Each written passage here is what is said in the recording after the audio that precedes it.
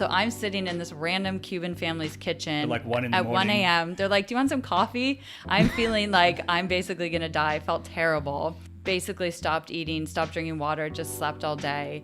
Finally, the woman whose house we were staying at was like, oh, do you have red dots on your stomach?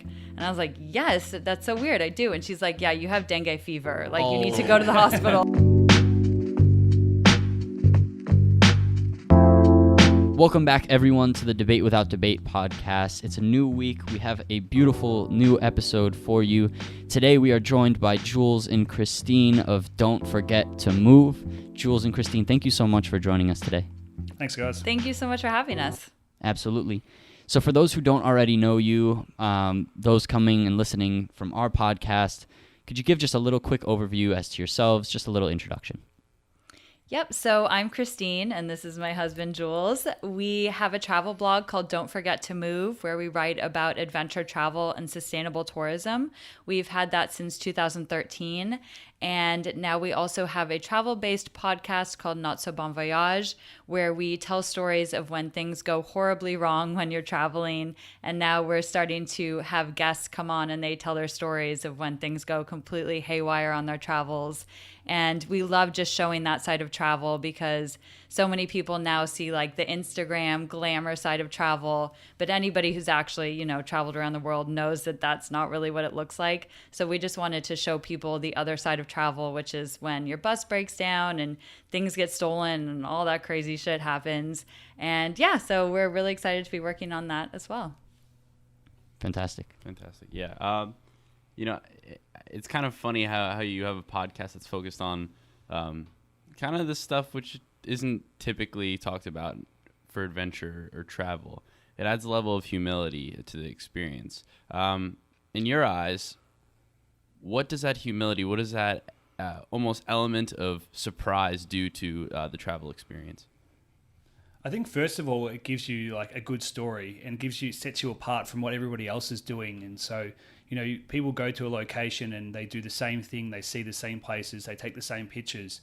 And what they often don't get is a real authentic, transformative experience. And that's what we've found came from these stories. It's when people are challenged, when people are put under the pressure, under the pump, that they really learn something about themselves, or they learn how much stronger they were, or they just learned how they could just brush something off. And so we found that over the years, some of the best stories that people told were the ones where things didn't go right. And they're the ones that they look back on and retold and could eventually hopefully laugh if they weren't too bad. And so and for us that's always been our favorite stories to hear and tell as well. So sort of seemed like a no-brainer. And it was different, as Christine said. It wasn't just the same old stuff that people were doing and telling I went here and I did this and everything was perfect.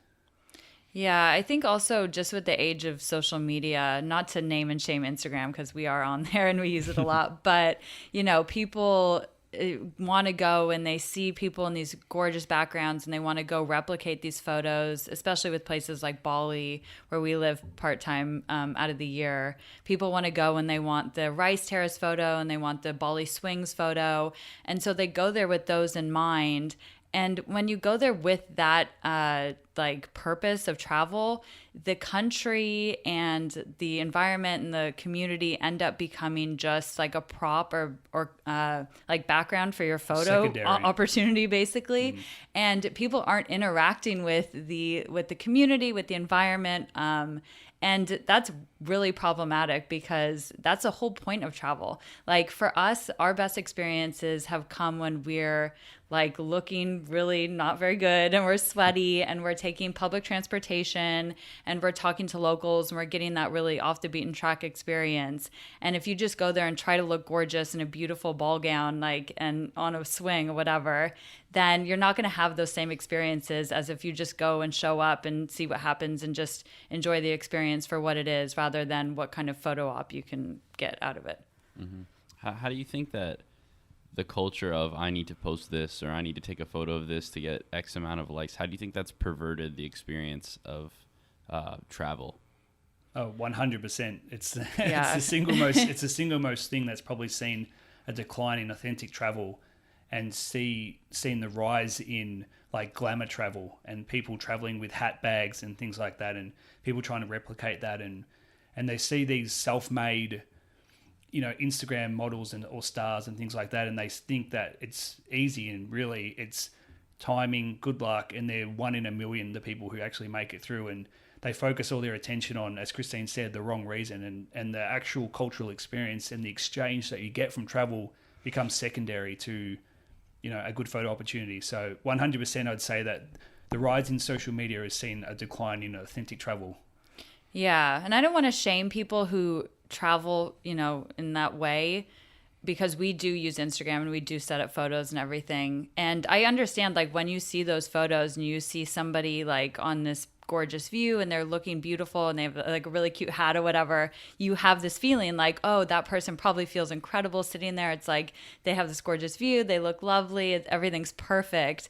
But then when you go there and you have to like wait 2 hours in line in the sun to get the Photoshop, and you have to like pay, $30 to, sit on the swing or whatever, then you're missing out on other experiences. Those 2 hours that you're waiting in line to get this one photo, you could be out doing this other incredible experience, biking, to a different part of the island or a different area, or doing anything else.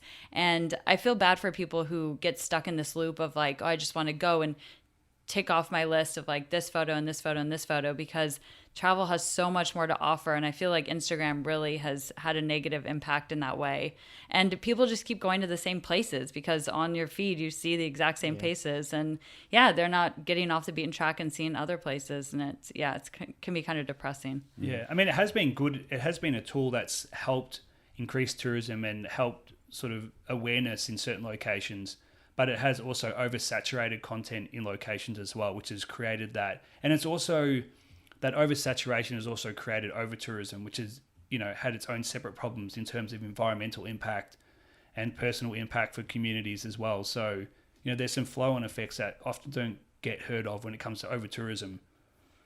Mm-hmm. It's kind of funny because Asher and I had a similar experience. We're thankful to our parents that we have had the experience to travel at least a little bit, but before this whole quarantine thing. And one of our last destinations was Tulum, Mexico, and Tulum has this huge representation on social media as being this glamorous place with like fancy beach huts and stuff. And when we were there, it was all that. It most definitely did have all the glamour, but when we looked a level deeper, there were like social media models posing and then talking about how they had like terrible drug addictions when they weren't on the camera, and so it's just like weird to see that sort of like polarity and that disparity between what you see and what is actually like the level deeper. If that's and I think one of the most remarkable parts of visiting there, which was really cool, honestly, and eye-opening, was from one angle, it looks perfect, but literally if you would go only steps past the hotel, it looks entirely different. And there's a bit of a racialized aspect to it, I think, as well, based off of the communities that live there, are also working there. They're almost in the back view, not seen, so to speak. And I mean, there's this almost white tourism idea. I've heard a few of my friends went backpacking through Europe, and they discussed with me a lot how it was very whitewashed. I wonder if you've noticed a similar occurrence with your more sustained traveling career. Yeah, I mean, definitely a very homogenized look, and it sort of all just kind of blends into that. I mean, in the travel industry, it is very white, and because travel comes from a place of privilege, and I guess those conversations are being talked about a lot at the moment, and we as a travel industry, really need to reflect on that as well. Like everyone involved, and it is definitely a privilege to be able to travel, and it's a privilege to be able to take a year off and start a travel blog and things like that, and which put us in our position that we're in now. So I think that's definitely perpetuated in the cycle of social media. Yeah, and definitely when you visit these places, especially developing countries, there is a tourist experience and there is a local experience. And, the tourist experience is all glam, all beautiful. You don't see really a lot of the poverty. It's just all positive. Which is what they want you to see. Of course. Yeah. I mean, they orchestrate it perfectly. They do a great job. But then the people who are working in those experiences or working at the hotels, They live usually on the outskirts of town in more impoverished communities in nothing that looks like wherever you're staying at your Airbnb or your hotel. So there's definitely two sides to both of it. I think probably Rio de Janeiro is probably one of the best examples of that, in that there's these like gorgeous hotels like right on the ocean, and you can have like the glam of the glam and go to clubs that cost an exorbitant amount of money. And then Brazil especially. Yeah. And then you can see the favelas where, the people who work in those hotels and those experiences live, and they get pushed out into these communities where they're basically like living on top of each other and have, unfortunately, a lot of the money that the tourists spend in these locations don't end up going to the local economy. A lot of it goes into foreign-owned hotels that just go straight out of the country. It's really sad, which is why, we focus on sustainable tourism on our blog, and we try to really encourage people to do their research and try to go to locally owned hotels, locally owned restaurants, shop in locally owned shops, so you can give back to that community. Absolutely. I think one of the weird parts about what you noted there, especially with Rio de Janeiro, is the juxtaposition is insane. It's like literally steps away from each other, where you could be in an incredibly rich gated neighborhood and then be in favelas. And it happens all across the world. And one thing I'm very grateful for with the highlighting of Black voices recently, and what should have been for a long time, is those conversations are being had, that we are talking about not just the impact of race on things like travel or on the communities that we live in, but also the impact of the class that we live in and that we occupy. All these identities, all these questions of identity are now coming up more than ever. And one of the identities that you both have mentioned that you have is that you're bloggers. And I'd love if we could talk a little bit about the beginning, the genesis. Joey and I love Genesis stories because they are the most interesting, so to speak, because we see you now 7, 8 years from starting. So could you talk to us? What urged you to make this decision? How did you go about beginning? Yeah, so our blog started back in 2013, mid, so it was probably about a year after we met. And we were both at the time, this was back in an era before blogging courses, before there were blogs about how to start blogs, before there were conferences. Like, this is way before you could really just become a blogger, or the idea that you could become a blogger and make a full-time living off it. So for us, it started like a slow transition into what was our own personal blogs, just to sort of keep friends and family up to date with what we were doing, into, hey, we should just combine our stuff together, to we might be able to get a free hostel or a free hotel stay, to, hey, we can actually kind of make a bit of money, to where we are now. So it definitely wasn't an overnight thing, and definitely probably wasn't as rapid as people who are approaching blogs as businesses are now. So for us, it also sort of came from a point of sustainability, and like, how can we, being from two different parts of the world, me from Australia, Christine from the US, how can we sustain our travels and a little bit longer, because we were backpacking at the time and we weren't working. So how could we stretch out those travels a little bit longer until we worked out what we were going to do, because we're from other sides of the world.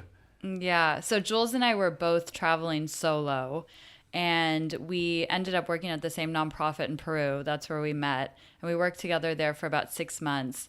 And then afterwards, we knew we wanted to keep working in development and work around the world in nonprofits. And travel. But that doesn't pay very well, no. Or at all, pretty much. So we knew we needed some way to make some sort of income to be able to travel, between those gigs, basically. And we knew we didn't need that much money. I mean, we were traveling like budget backpackers, like $5 a night hostels, cooking in the hostel, really cheap, like rice and beans, basically. So we were like, we just need a little bit of income to sustain that. And I had seen travel bloggers, but there were very minimal travel bloggers back then. And now those people are like the OGs. But yeah, it was just a totally different landscape. I mean, now like so many people have travel blogs or they're travel Instagrammers, and there's a lot of information out there on how to start a travel blog. So for us, we literally were just winging it and do trial and error, trying to figure it out. And yeah, in 2015, we were in Southeast Asia. And we were working at a nonprofit full-time in the Philippines. We were also both getting our masters remotely in international development. and we were running the blog, and the blog kind of came third just because, we had to prioritize what we were doing. And towards the end of that year, we were pretty much ready to quit the blog. Mm-hmm. So we weren't getting much income from it. We were getting, like free hostel stays and things like that, which was great. The odd sponsored post, but nothing really. Exactly. Yeah. And we were like, how do we needed like a breakthrough. We just couldn't get it. And it was just taking way too much time. So we were pretty much ready to call it quits. And then we ended up going to this travel blogging conference in Bangkok at the end of that year. And we just met all these other travel bloggers. And that was a real breakthrough for us because we were able to swap notes and talk to people who were doing this really successfully. And we were like, okay, we could probably give this a real shot. So thank goodness we did not quit our travel blog. And the next year we just went full time with it. And then since then, it's been pretty much our full-time job. Wow. That's a super cool note, and also a good mindset, I think, and an interesting one to see from our perspective, right? Doing this for a year and a half now. There are times where we think, okay, is this worth our time? We don't make money from it right now. I think many people are in this position right now where they really enjoy. It's after the honeymoon phase of starting a new project. Oh yeah, for totally. Sure. we know that. It's phase. like a roller coaster of emotions. Yeah. But that's kind of the fun. And just like you were mentioning, I guess I would turn this a little bit into a question. Given the original intentions were for it to be a way to sustain your traveling, what happened when you started to take it more seriously, I guess, to try and make it a viable business? Things definitely improved. I mean, when we decided that we were going to focus a lot more of our attention. We were still doing other things. Like in 2016, we were still doing our master's part-time from abroad. So we were able to travel at the same time, but we were still focusing on that.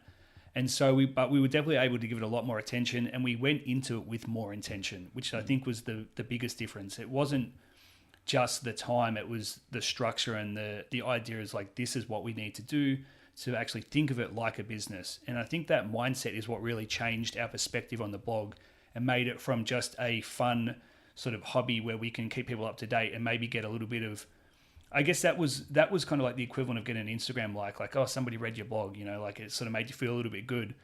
But then when you actually started transferring that time into like income, that's what made it a little bit different. And since then is when we've been able to, I guess, focus more on it. And yeah, it definitely, the mindset shift was the biggest thing. Yeah, I think we were kind of just, throwing noodles at the wall and seeing what stuck with the blog. But then we really focused on, discussing with our colleagues online, what was working for them, what was working for us, and just doing a ton more research on things like SEO. And just really looking at it from a professional lens rather than just, this is fun, let's do this.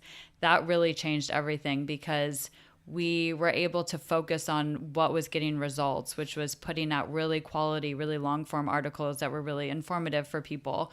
And once we started focusing on that, then things started just, really growing. And also niching down, I was going to say. Into sustainable travel was a huge turning point for us. So previous to that, we were focusing on budget backpacking, which is something a lot of people are interested in, but it's really hard to make money on a blog about budget backpacking because your audience doesn't really have a lot of money.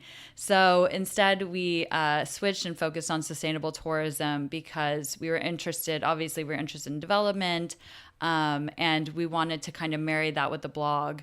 So sustainable tourism was just kind of the most natural niche for us. And since then, we were able to really connect with a lot more partners that were really interested in the same values and same type of travel that we were interested in.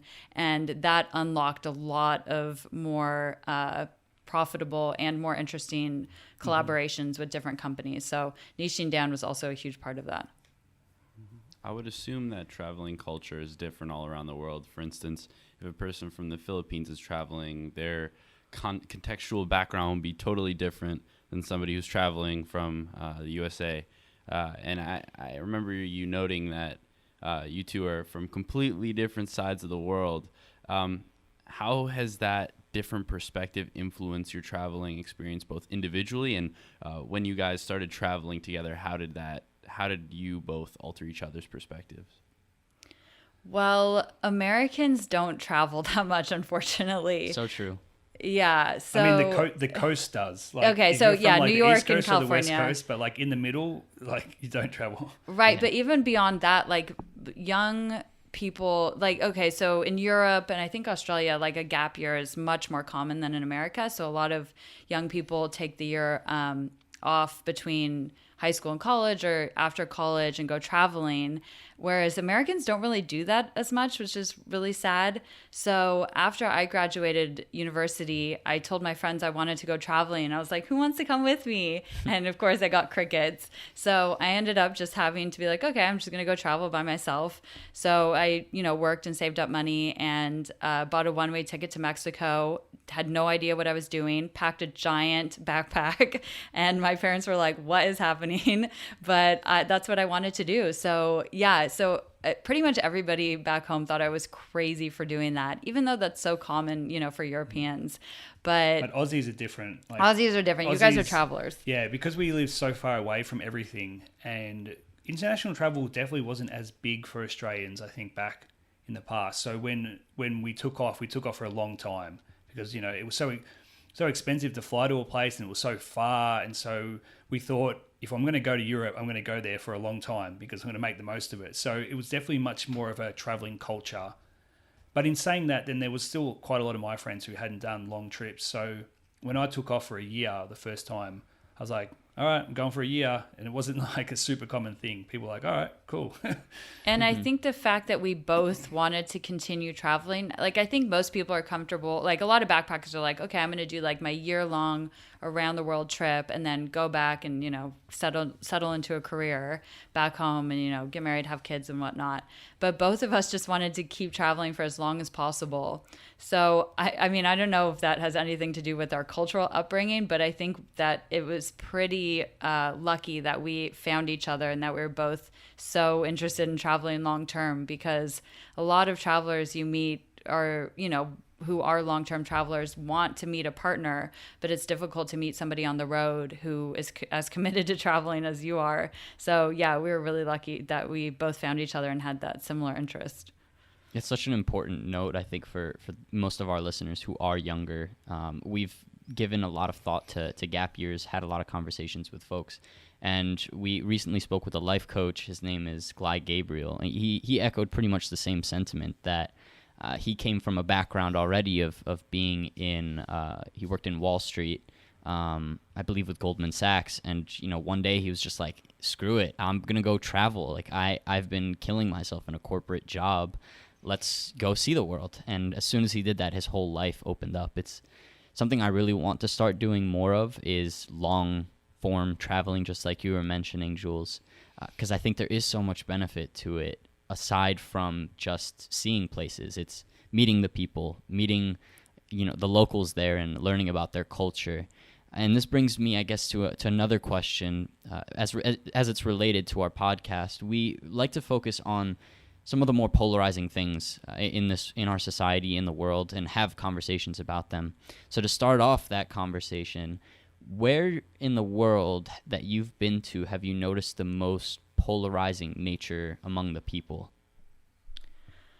Oh my goodness, that's a tough one. Cuba? Yeah, I mean, probably Cuba.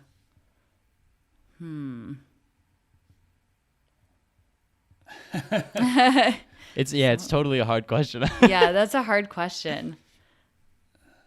I mean, let's see. What about you guys? Honestly, America? I was Yeah, gonna say the States. yeah. If I would say Yeah. anything, it would be the States. Yeah, I mean, that's true.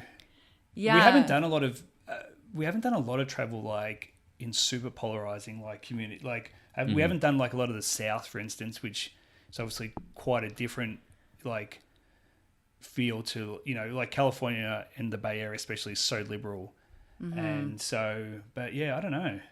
Yeah, I don't know. I mean, we've mostly traveled in pretty developing countries. Where I guess you do see the polarizing nature there would be class. I mean, you see like a lot of the wealth in a very small percentage, which I mean, I guess is like a lot of the world. But when you do travel to places like Guatemala and through Central America or like the Philippines, Southeast Asia, like you do see, once you get off the beaten path, you do see a huge, difference between rural communities, like rural and urban, which you don't see in places like the US. So, you have like city life and you have suburb life, but that really changes like dramatically when you go out to developing countries, because city life is where 99% of the wealth is, and urban life is rural life where you have farmers living on $1 a day. So I'd say a lot of the places that we've worked and spent time have like representations of that. So yeah, I mean, you can find it anywhere, I guess. Yeah, probably Mexico is probably one of the best representations of that, where you have like the uber wealthy in Mexico City, and then you go down to the south in Chiapas and you go to some of the indigenous communities, and there's a lot of tension there between the indigenous and the Mexican government. Yeah. What made you?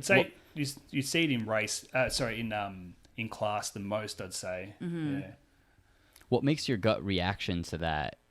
Cuba. What about Cuba makes you think it's so polarizing in terms of the people? Probably just because Cuba is like such a unique place in the sense that it's been so isolated from development, but there are still people who are very wealthy in Cuba, but it's sort of hidden behind this sort of socialist facade that, everybody's equal, whereas it's not. Like there's definitely opportunity there for people and, corruption, which every country has as well. So yeah, you sort of see it there. And also like a huge like polarization, I guess, between the locals and the sort of the semi-locals, like the ones that can travel back and forth between the US, like the ones who are Cuban and identify as Cuban, but have such a different opportunity because they're able to live in the US. Whereas the people that are like living in Cuba are so sort of isolated from opportunity because they just don't have that incentive, obviously the capitalist incentive, but they also just don't have that opportunity. So it's like, there's nothing there to drive them. You see, like Americans haven't, from my understanding, I don't think Cuba was open to the United States until late Obama administration. And I think up until the 80s, even now, it still carries through. The word communism or like socialism is like almost a curse word in America. I feel like almost because a lot of us have not had exposure to that sort of culture. Has there ever been an instance where you've gone to a country, explored, hung out with the locals, really just immersed into that culture, and you said, hey, this portrayal of whatever the media says about this country isn't exactly correct? Well, Cuba's a great example of that because, the US has had 45 plus years, like during the Cold War, of that drummed into them, of like this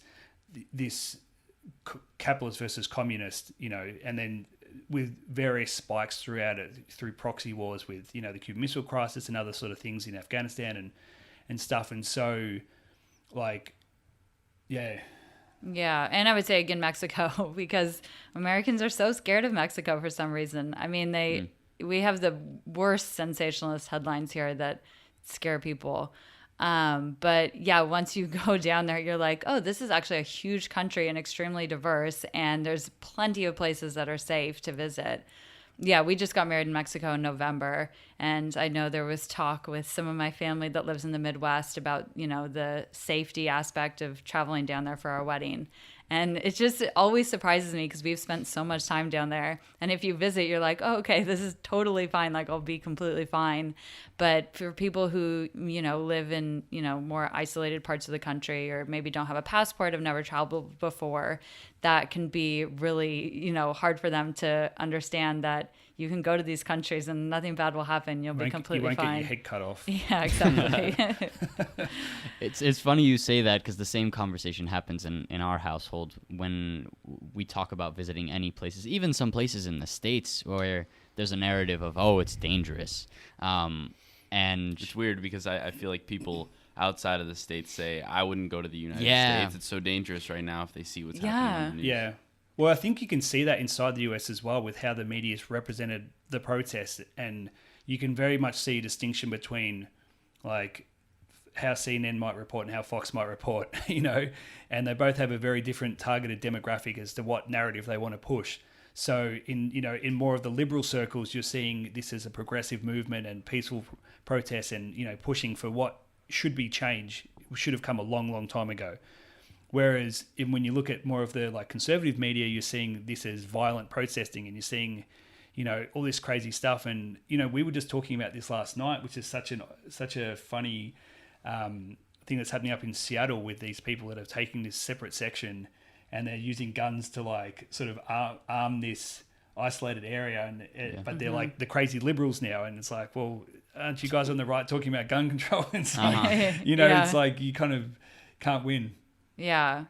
I mean, I completely understand. I've had friends who live in different countries and they message me and they're like, are you guys okay? Like, seems like your entire country's burning down. I'm like, pretty much. Like, it's a shit show over here. So I get it. But like, I mean, honestly, this is probably one of the more dangerous countries. I don't know. That sounds crazy. But like for me, when I go visit Australia, I definitely feel safer considering they have way less guns than we do over here. And just little things like getting, into a road rage incident with somebody on the road in Australia, I'm like, cool, that's totally fine. If it happens here, I'm like, I'm going to be a little bit more cautious because who knows, like if they're carrying like an AR-15 or something, who knows? Yeah. So I get why people have that perspective of the United States. Like this is a crazy country. And a particularly crazy time. Yeah, exactly. Absolutely. It's fascinating because I almost, when you juxtapose America and Australia, you see a lot of similarities in terms of its upbringing.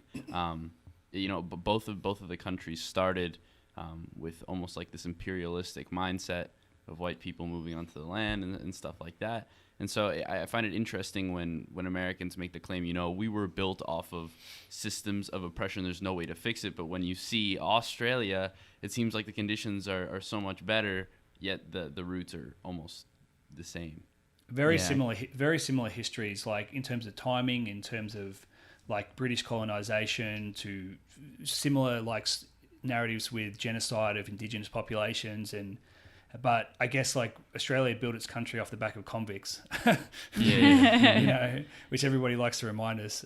But yeah, I mean, there's a lot of similarities between the two cultures as well. Like pop culture transcends, like Western culture is very homogenized as well. But two very different approaches when it comes to looking at, gun control, healthcare, education, like some really key industries. Yeah, it's very similar countries. Like, at face value when you visit, they look so similar. But then in terms of, like social services and a lot of the values, it's really different. Although Australia is not without its flaws as well and its oppressions of Indigenous people. Yeah, we still have our issues as well. Yeah. One of the troubling things that you noted previously regarding how the news is portraying at least the protests, but also just in general, is that we're being, in my opinion, and in the opinion of what's kind of central to this podcast, is we're being stuck in echo chambers and we're not hearing from people anymore. So I'd love if you could speak to how this immersive process of traveling, one that is much more sustainable than just traveling for the point of a vacation and being in a hotel, how that can really rupture through an echo chamber.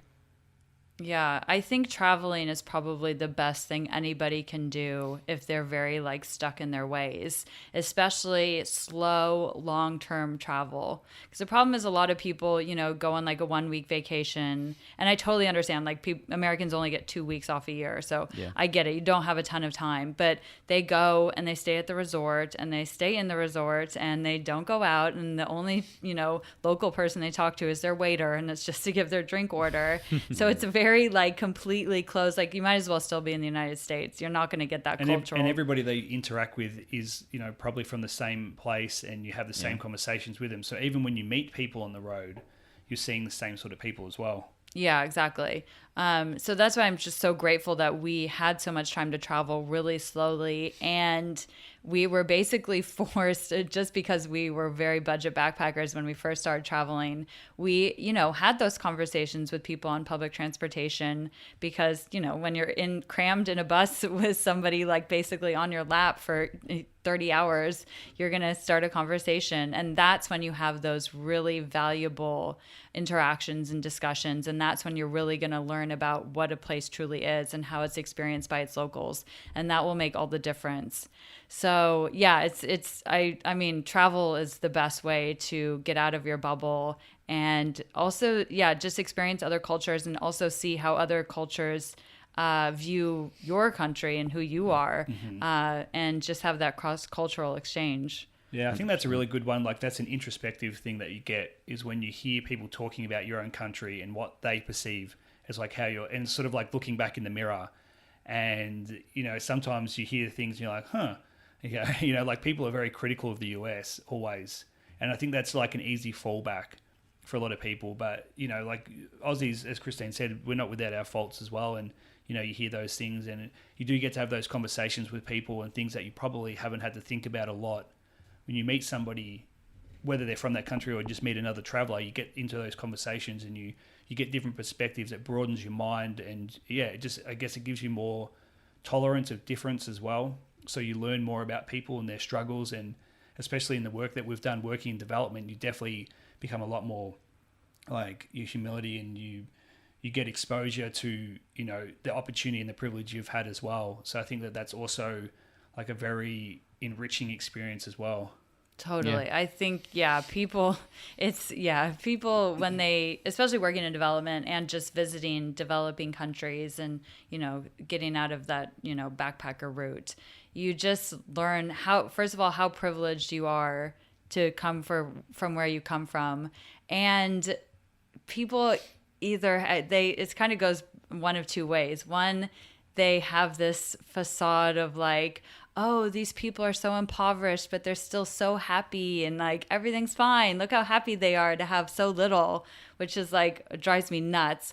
Or they have the other side. It's like, oh, these people are so impoverished. Like, I need to come and save them and like, you know, do 2 weeks of volunteering and build my shitty house and for them. And yeah, people just need to go there and try to, you know, ignore their preconceived notions and just sit down and talk to people, because people in other countries, they want to share their stories and they want to share their experiences. And if you're a traveler and you're willing to listen, you'll learn so much more from that than just, you know, staying in hostels and doing the normal backpacker route. Yeah, and I think that, like, not to take away from anybody's challenges, but I think like no matter where you're at in your life in the US or in Australia, like in countries that are very like have a lot of opportunity, if you were to go to somewhere impoverished and if you're to interact with these communities, you'll suddenly see that like a lot of your concerns and challenges are like nothing compared to those. And that doesn't take anything away from, you know, what's happening in the US now and you know, any kind of minority struggles or anything like that. But to actually just for day-to-day struggles that might seem inconsequential, you know, that you think are a big thing, and then you go and see what these communities, these households, these people, these whole cities are dealing with on a day-to-day basis, it does make you realize that, you know, maybe you haven't got it too bad. I think the reality check is super important. Massive, yeah. Yeah, possibly more important now than ever. And in some sense, it also develops empathy, which is something that I think we're missing so much of right now. Just being able to put ourselves in the shoes of other people, feel how they feel, and have those conversations. So I'm really glad to hear that you've been able to do that. It inspires me, honestly, to want to go and do that now, even though we're in quarantine. But to bring things a little bit full circle, on your podcast, you talk about when shit goes wrong. So I'd love if you could share with us and our audience, you know, like the craziest moment that comes to mind or craziest story that you have, just to give them a little taste of what they could find on yours. Your Cuba story is always a good one. My Cuba story? Okay, so we were in Cuba for the second time. This was in 2015, traveling from Mexico. 16. I have a terrible memory. And I started feeling really unwell on the plane ride over. And the day just got worse because immigration is a shit show in Cuba, and you just have to wait hours in line. And I was feeling like I was about to faint. And then we had to wait hours for the baggage. And so it was about midnight when we roll into Havana in our taxi. And Jules has written down the address wrong for our Casa Particular, which is a room where you stay in with the family. He says he didn't, but somehow we did not get to the place that we booked. Throw me under the bus with this story. Okay, so there was a miscommunication in some way. Someone made a mistake. Someone made a mistake. I don't know who it was. But we could not find the place that we were staying. And so basically, we ran into this local Cuban man who was very gracious and let us stay in his kitchen for a few hours while he ran around the city trying to find a place for us to stay. And then we found out that the Obamas were in town. Wow. And that's why the entire city was completely booked out. And the Rolling Stones. And the Rolling Stones were gosh. playing a free show. So the whole city was booked out. So I'm sitting in this random Cuban family's kitchen At like 1 in the at morning. 1 a.m. They're like, do you want some coffee? I'm feeling like I'm basically going to die. I felt terrible. Finally, he finds us a place to stay. And over the course of the next few days, I just started feeling worse and worse. Basically stopped eating, stopped drinking water, just slept all day. Finally, the woman whose house we were staying at was like, oh, do you have red dots on your stomach? And I was like, yes, that's so weird. I do. And she's like, yeah, you have dengue fever. Like, you need to go to the hospital immediately. So we went to the clinic. And we were like, oh, we can, we'll wait it out a little bit. Yeah, we'll see how you feel tomorrow morning. We were such backpackers. We were like, well, oh, it'll be fine. Who goes to the doctors? So yeah, we waited.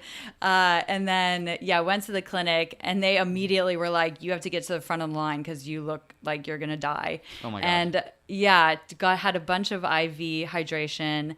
And then they were like, you need to go to the tropical diseases hospital immediately and get on like full IV treatment. So they threw you in like some janky ambulance. It was kind of just like a car with a little siren on the top. It was like a cart, like a wooden cart ambulance. So then we went to the hospital. We were there for 5 days. Luckily, Jules was able to rent the hospital bed next to mine because apparently you can do that in other countries. And it was like the most abandoned, rickety, shady hospital with like the lights flickering. I don't think anybody actually goes to this hospital except for us and like one other patient. It was on the middle of it was like in a random area on the middle of a highway, and it was like super abandoned. Yeah, and so we were there for 5 days, and we missed the Rolling Stones concert. Jules decided to stay with me in the hospital while that was happening, which is very sweet. And then this is a testament to how budget backpacker we were back then.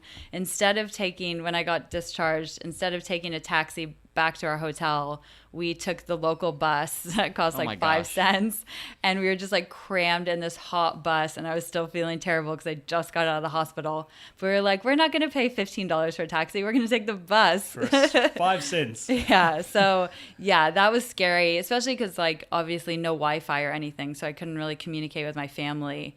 It was, you never know with things like that. When you're in a foreign country and you're hospitalized, you never know, how it could go. But luckily it was all fine. I recovered, but that was a pretty scary moment. Yeah. It costs about $700 for everything, just as a testament to the amazing medical services of Cuba. I mean, Cuba's known for their Cuban doctors and their medical service, but a testament to the country as well. Like, the service was, it was okay, but like it was very well priced, to put it that way. Yeah. That's grit if I've ever heard it. I can't even imagine what I'd do in those circumstances. But it's such a great story, and I'm sure our listeners will be eager to find where they can find you, listen to the podcast even. So I want to give you the chance, roll the red carpet out for the two of you. Where can people find you and listen and read?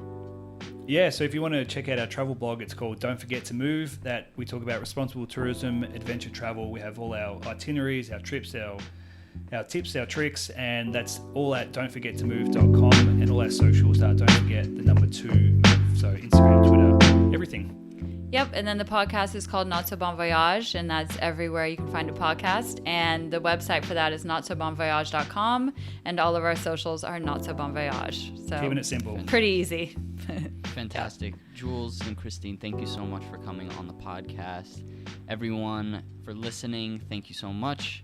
We will see you when we see you. Peace. Cheers, Thanks, guys. Of course, that was fantastic.